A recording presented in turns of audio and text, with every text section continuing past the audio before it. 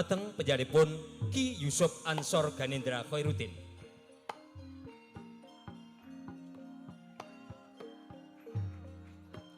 Kagatri sang kapirang urinangkul kinempit-kempit dusang retaning bawana.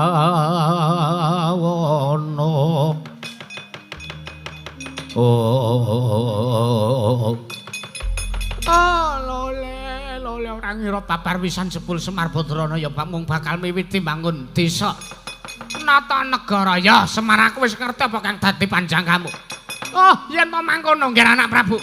Banjur mangkate para wadyabala besok kapan? Ora boten ketang sambung apa colok lintang tumuri kula suwun. Supados mangkat bidal dina sakmenika Patih Jayanggara wonten timbalan sinuwun.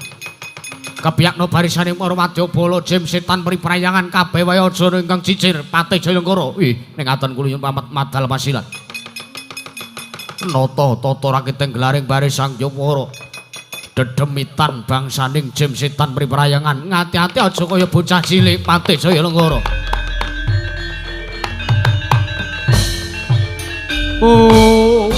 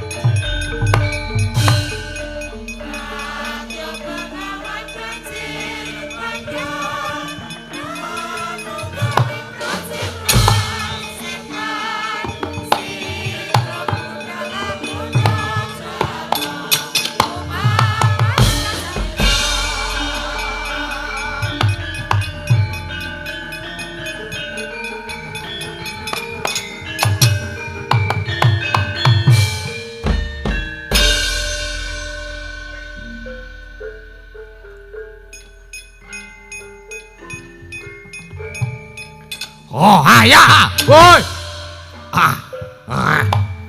Oh, hut. Oh, woi. Oh, ya. Oh.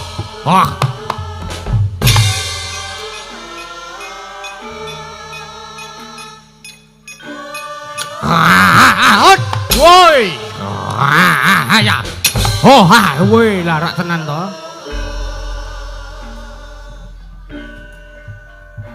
Hut. Wah,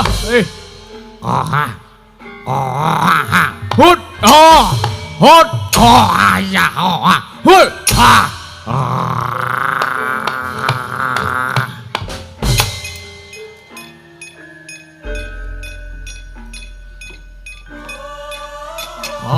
ya, woi,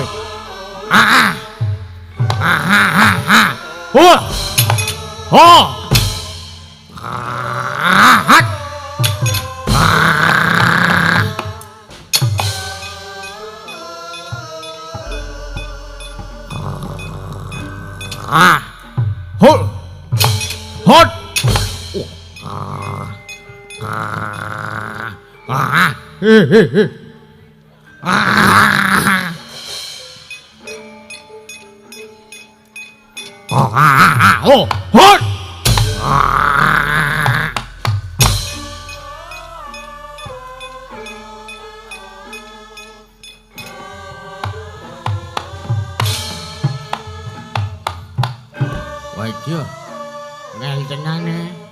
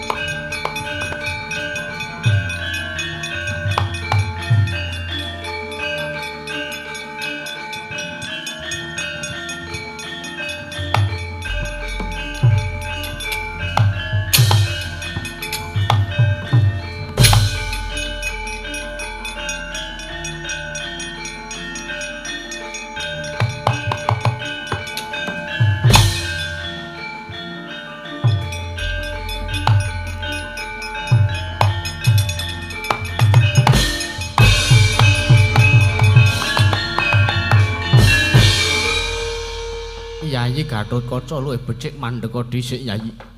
Mboten Kakang Mas Antarja nyuwun pangapunten. Dinten samangke kula mboten narimaken wontenipun Nalindra Pranggolan Jagat ingkang namipun Prabu Pinten Manik Mandaya. Sik Kang. Perkara iki ora iso disangga enteng, perkara iki ora iso dianggep baen-baen. Perkara iki ora kena disepelekake. Lire piye Dimas Antasena? Sik to.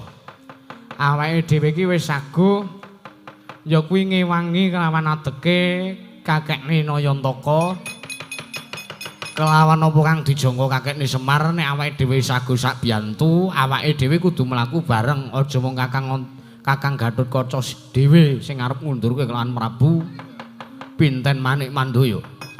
Yen to kaya mangkon aku mung manut kari manut wong dadi kersane Dimas Antasena ya wis aku yen to mangkono mangkon aja ngasih mengku ana telik Mangendrajala sing bakal mbudhek banyu bening kanan Pedhukan Karang Kadempel. Wis aku mathuk. Nek kabeh saiki wis mathuk, ayo Manjil Setyaki mlaku bareng-bareng alon-alon tandangi wadya balane Prabu Pinten Manik Mandaya. Monggo nggih kula dherekaken nggih.